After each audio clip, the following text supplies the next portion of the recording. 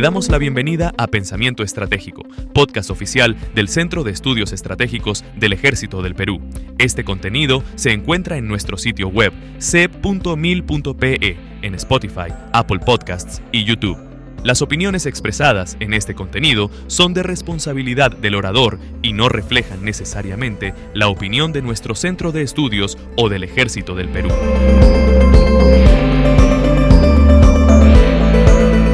¿Qué tal? Esto es Pensamiento Estratégico, podcast producido por el Centro de Estudios Estratégicos del Ejército del Perú. Soy Farid Cajat. El día de hoy voy a hablar de las comparaciones históricas que podrían hacerse a partir de la guerra en Ucrania. Esto a raíz de que un debate del que participé en la televisión colombiana, un ex funcionario del Departamento de Estado de los Estados Unidos, ante mi comentario según el cual la guerra de Ucrania podía terminar teniendo como antecesor al cual remitirse la guerra en Corea, sugirió que más bien el ejemplo adecuado sería la guerra de Francia en Indochina. Empezaré diciendo por qué en lo personal sugerí que esta guerra podía terminar pareciéndose a la guerra en Corea en algunos aspectos. El primero es que tanto la guerra en Corea en la década del 50 del siglo pasado, como la guerra de Ucrania en su primer año y meses, tuvieron en esa primera etapa, durante un año y unos meses, cambios súbitos de dirección que en su momento parecieron decisivos.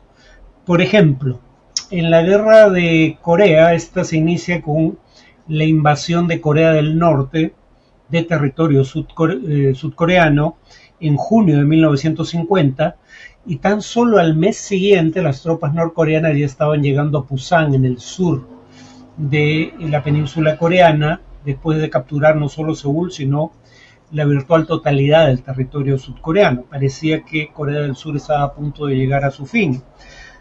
Pero con la presencia de tropas estadounidenses, en septiembre,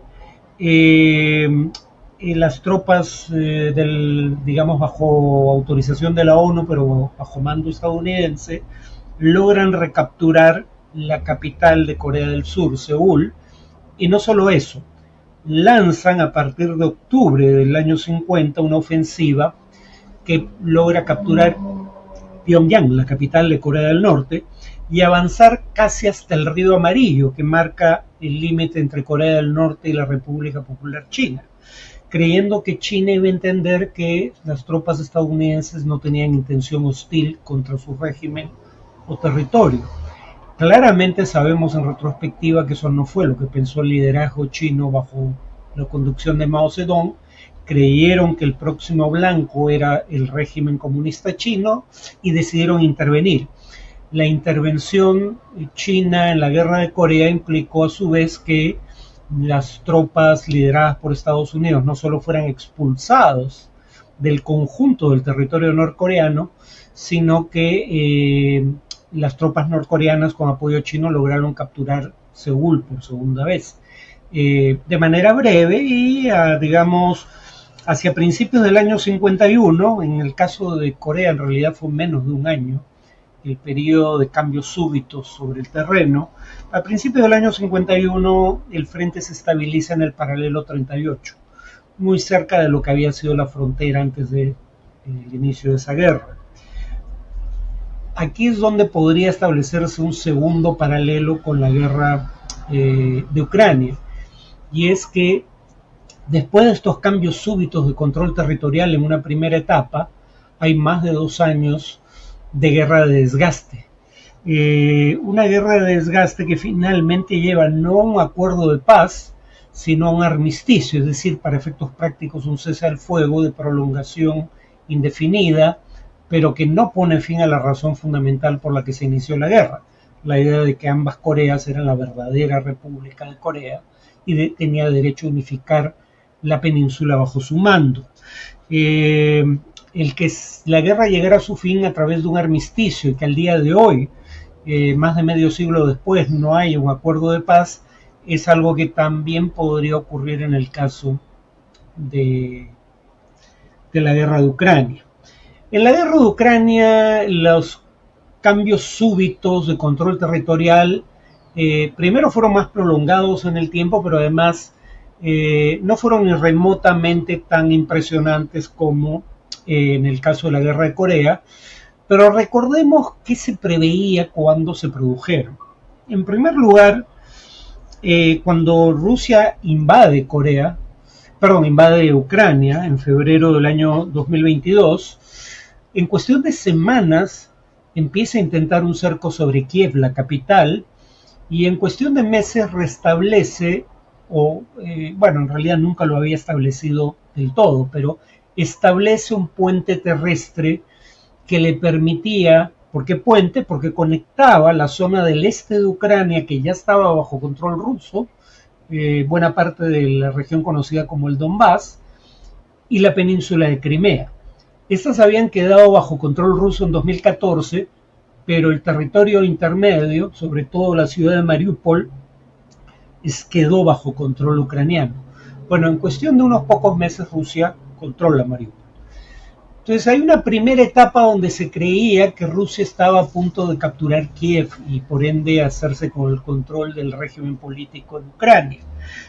Prueba de ello es el hecho de que, digamos, había reportes de inteligencia que sugerían eso tanto en Estados Unidos como en el Reino Unido, y en el caso del Reino Unido, el entonces primer ministro Boris Johnson incluso ofrece asilo diplomático o asilo político, en realidad a Volodymyr Zelensky, el presidente ucraniano. Zelensky ahí lanza una de las célebres expresiones que lo convierten de comediante en estadista: lo que necesito son armas, no un pasaje aéreo. Pero tras ese ataque que pareció fulminante de Rusia, se estancan los frentes y entre septiembre y noviembre del año 2022 hay una contraofensiva ucraniana que recupera las partes de Kharkov que habían sido tomadas por Rusia y recuperan Kharkiv, la provincia y la capital homónima, que fue la única capital provincial capturada por Rusia en su avance inicial. Entonces había una gran expectativa respecto a la segunda contraofensiva ucraniana, mucho mejor preparada, de junio de 2023, pero claro, Rusia también se había preparado bastante mejor y había establecido un frente de 800 kilómetros que en algunas zonas tenía varios kilómetros de profundidad.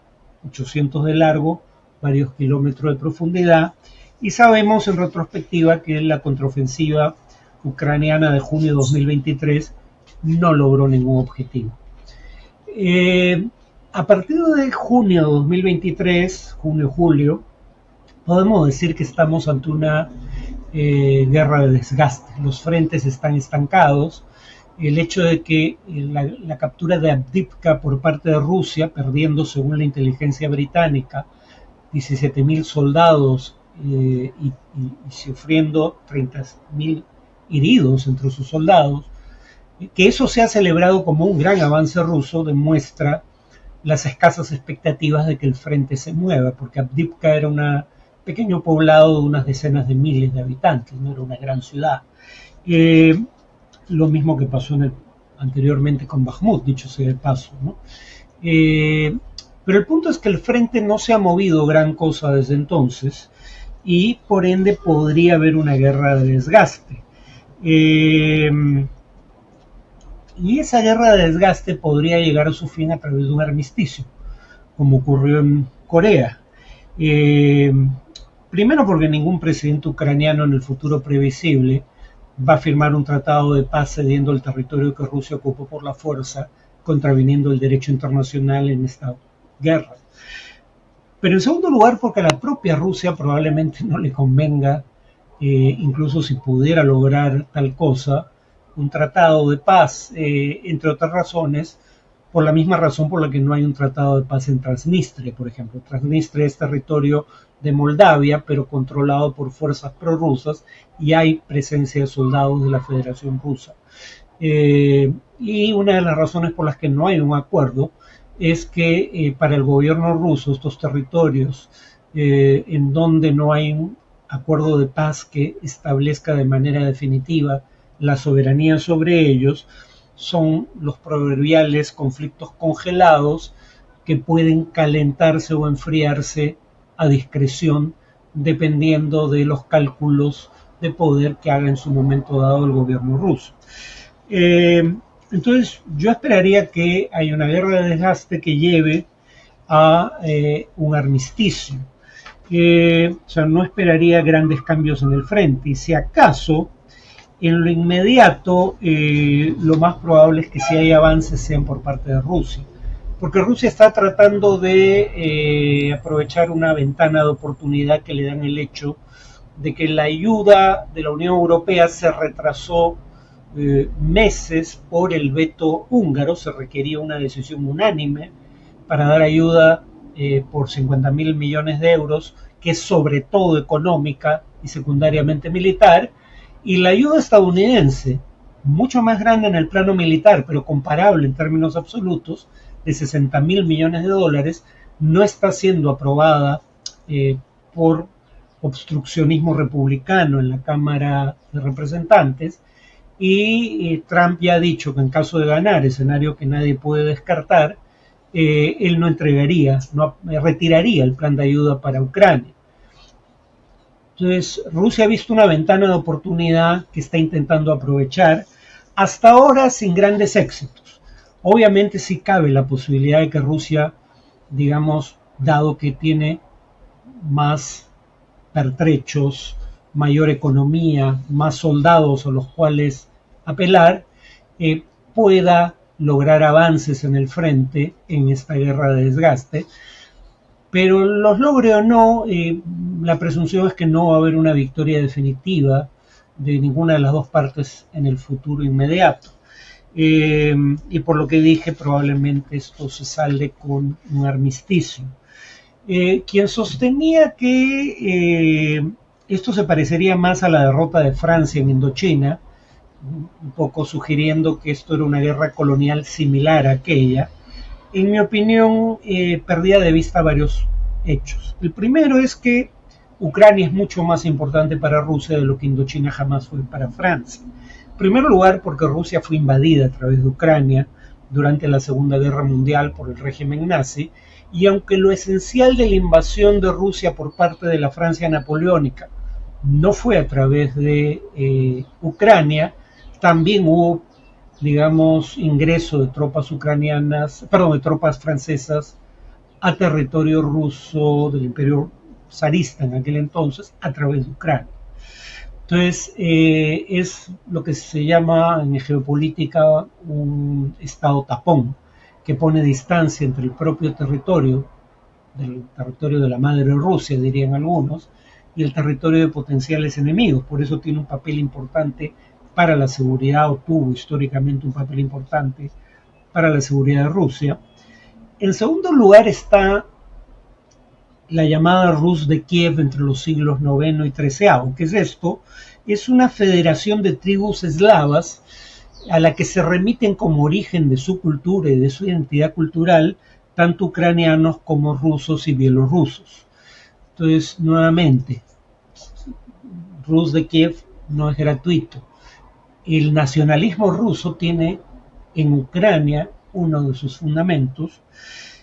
Además, los rusos recuerdan que Ucrania se gobernó desde Moscú durante cerca de 2 siglos, primero durante el Imperio zarista y luego durante la Rusia soviética, que hay población étnicamente rusa en esos territorios, y que por ende para Rusia, repito, Ucrania es históricamente más importante, al margen de que no tengan derecho a capturarla por la fuerza, y al margen de lo discutible que pueda ser esta visión histórica. El punto es que existe, no existía nada equivalente en el caso de Indochina para Francia, En segundo lugar, Rusia tiene una frontera de 2.295 kilómetros con Ucrania. Eso facilita enormemente la logística rusa. Claro, también facilita los ataques ucranianos con drones en la retaguardia, en la zona fronteriza de Rusia, donde han atacado recientemente, por ejemplo, refinerías petroleras. Pero el punto es que para Rusia es mucho más fácil abastecer a sus tropas en Ucrania de lo que jamás fue para Francia hacerlo en Indochina, porque entre Francia e Indochina estaban de por medio los continentes de Europa y Asia, ¿no? Además, la guerra en Indochina tras la Segunda Guerra Mundial se da, bueno, y en realidad esto empieza antes, se da un momento de declive de la Francia imperial. En primer lugar, recordemos que durante la Segunda Guerra Mundial la mayor parte de Francia es ocupada y se crea el llamado régimen de Vichy en el sur del país, que es un régimen títere de las fuerzas ocupantes nazis, ¿no? Entonces, Francia había quedado muy debilitada durante la propia guerra, con su capital ocupada por tropas extranjeras, pero además, en general, el imperio francés como el imperio británico empiezan a desmoronarse después de la Segunda Guerra Mundial, que es cuando se producen estos enfrentamientos en los que Francia pierde en Indochina. Por último, Francia tenía en su contra a las principales potencias de la época. En primer lugar, China, que ocupó durante algunos de estos años parte de Indochina, sobre todo parte de Vietnam, la Unión Soviética e incluso Estados Unidos. Estados Unidos, habría que recordarlo porque muchos suelen olvidarlo, antes de ser enemigo de las guerrillas comunistas en Vietnam, fue su aliado, ¿no? La guerrilla comunista del Viet Minh fue respaldada por Estados Unidos contra Japón durante la Segunda Guerra Mundial. Y después de la Segunda Guerra Mundial, Estados Unidos tampoco quería el regreso de Francia a control, digamos, el regreso del control francés, mejor dicho, sobre Indochina, ¿no? Entonces creo que no es un paralelo particularmente interesante para entender lo que pasa en Ucrania. Pronto sabremos si el paralelo que yo pretendí establecer con Corea es mejor o no. Creo que la única duda que habría ahí es, uno, la de si Rusia tiene avances mayores a los previstos en su actual ofensiva. Eso podría cambiar el panorama. Dos, si Estados Unidos logra aprobar los $60.000 millones de ayuda a Ucrania y se reelige Biden y continúa esta ayuda bajo el siguiente gobierno. Esos dos escenarios podrían cambiar ese paralelo, pero en principio, de no ocurrir ninguna de las dos cosas, creo que el paralelo que sirve para entender lo que ocurre en Ucrania es el de la guerra de Corea. Bueno, eso sería todo por hoy. Nos vemos en el siguiente podcast.